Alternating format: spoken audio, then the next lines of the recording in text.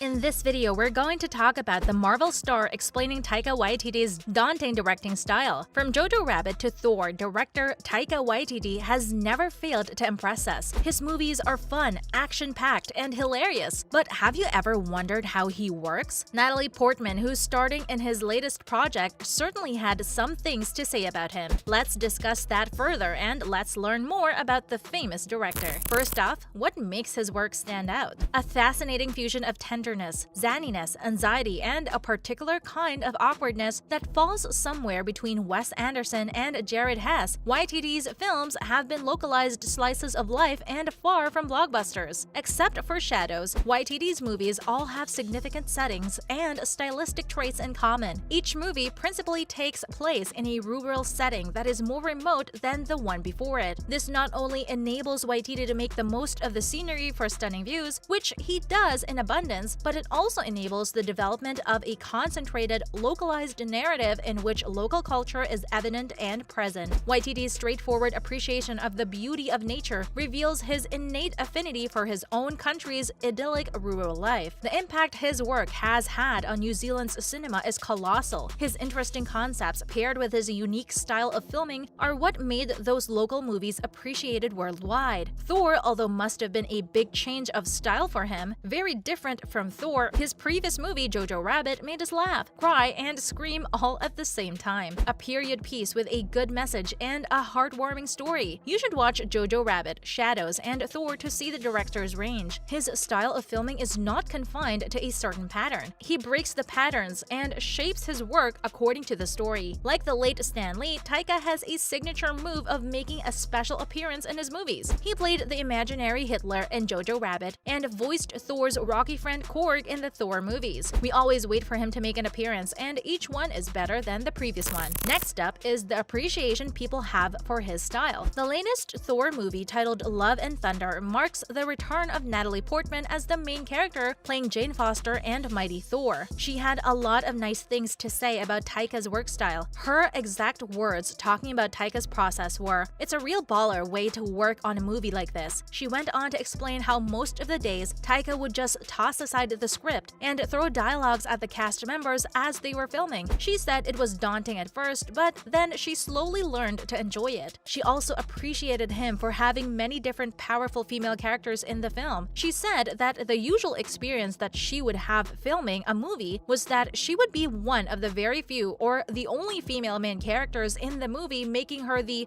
girl in the movie. That wasn't the case with this subject, as Taika has written many female leads that all get enough time to shine on the screen, which reduces the burden on the actresses of being the only female main character on screen. Taika himself also talked about the post-production process of the movie and how the movie keeps changing as they go through it, and explains how one has to tell themselves that the movie is gonna turn out fantastic. The attitude of his is surely what makes his projects unique, and he doesn't shy away from trying out new things. He also makes his actors and actresses comfortable in their roles, which enhances their performance quality. Taika Waititi, please don't ever stop making these amazing films. And now, let's look at the challenge the director had to face with the shift to Thor. Thor Ragnarok and Love and Thunder must have been a big change for the director, given the completely different setting. He faced the challenge and gave us two of the most memorable Thor movies. What made the Thor movies different from all of Taika's other work is the artificial setting. Taika's movies are usually very nature-based, and he uses nature to tell the story he wants to tell. Thor, on the other hand, lives in the mystical realm of Asgard, which had to be created through editing and a ton of special effects. Although this was a big shift for him, Taika succeeded to make a grand and visually pleasing movie for which the audience and many celebrities praised him. Thor's character was also changed by Taika, a change that everyone loved. Thor in his previous films was always seen as a serious and brooding character who was hell-bent on taking the fight to his enemies, making that his sole purpose. Even the settings for the first two Thor movies were extremely dark, eerie, and dull. When Taika took over, he gave the Thor movies a comedic touch. The character of Thor slowly and gradually shifted from being a boring, brooding character to a jolly and hilarious personality who started to enjoy love rather than constantly being in battle mode. It can also be said that this change to the Thor movies inspired other directors to make the other MCU movies more lighthearted. The Thor movies, now thanks to Taika Taika are extremely colorful, vibrant, and fun. Meanwhile, Thor is more on the easier side and cracks a few jokes now and then. This change doesn't mean that he fails to deliver a complete movie. His Thor movies, along with the comedy that we all love, also have heart, edge-of-the-seat thrills, and some action scenes that we won't be able to forget no matter how much we try. We love this change to Thor's character. He's more lovable and relatable now, while the movies are faster in pace and a treat to watch. Now time for some other news. First off, Goat's scene, which was inspired by Taylor Swift, says Taika Waititi. Everyone who has seen Thor: Love and Thunder will be aware that the shrieking goats dominate the film, stealing a joke each time they appear on the screen. In a recent interview with Insider, director Taika Waititi disclosed that the meme created by the Taylor Swift song I Knew You Were Trouble served as some of the inspiration for the screaming goats. As the filmmaker explains, the goats were always going to be in there because they are in the comics, but we didn't know how they would sound. Originally, the goats were merely intended to serve as props on the screen. This all changed when he heard a meme of Swift's song that featured the singer's vocals being interrupted by shrieking goats. Taika Waititi, hilarious as always. And now we have Han Solo himself, Alden Ehrenreich, becoming a part of the MCU soon. Alden Ehrenreich, who plays the teenage Han Solo, whom we may never see again in the Star Wars universe, is coming back to the Walt Disney universe. According to reports, Ehrenreich has been cast in the new Marvel Studios Disney Plus series Ironheart. It also stars Dominique Thorne as the youthful, bright superhero Riri Williams.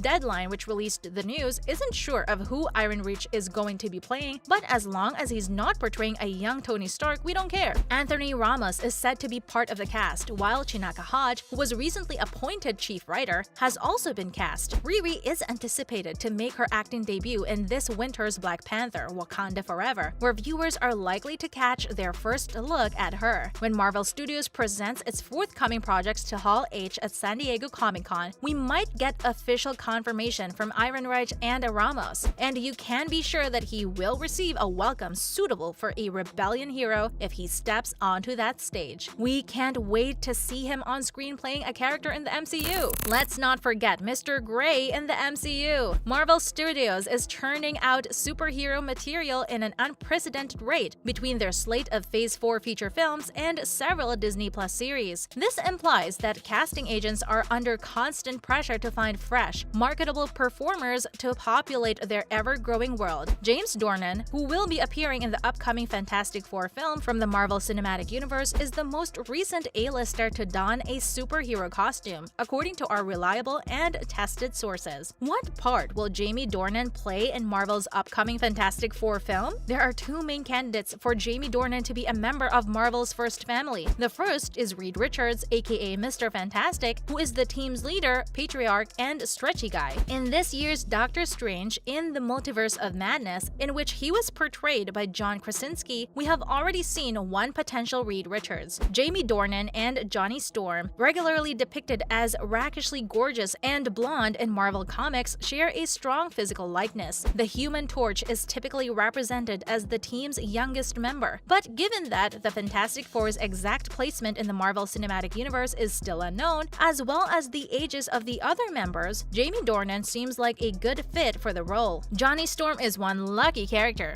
First, he was played by Chris Evans, and now James Dornan. Crazy! That's a wrap for this video. Do you enjoy Taika Waititi's work? Let us know in the comments below. Make sure to give this video a thumbs up and subscribe to our channel for more videos like this. See you in the next one.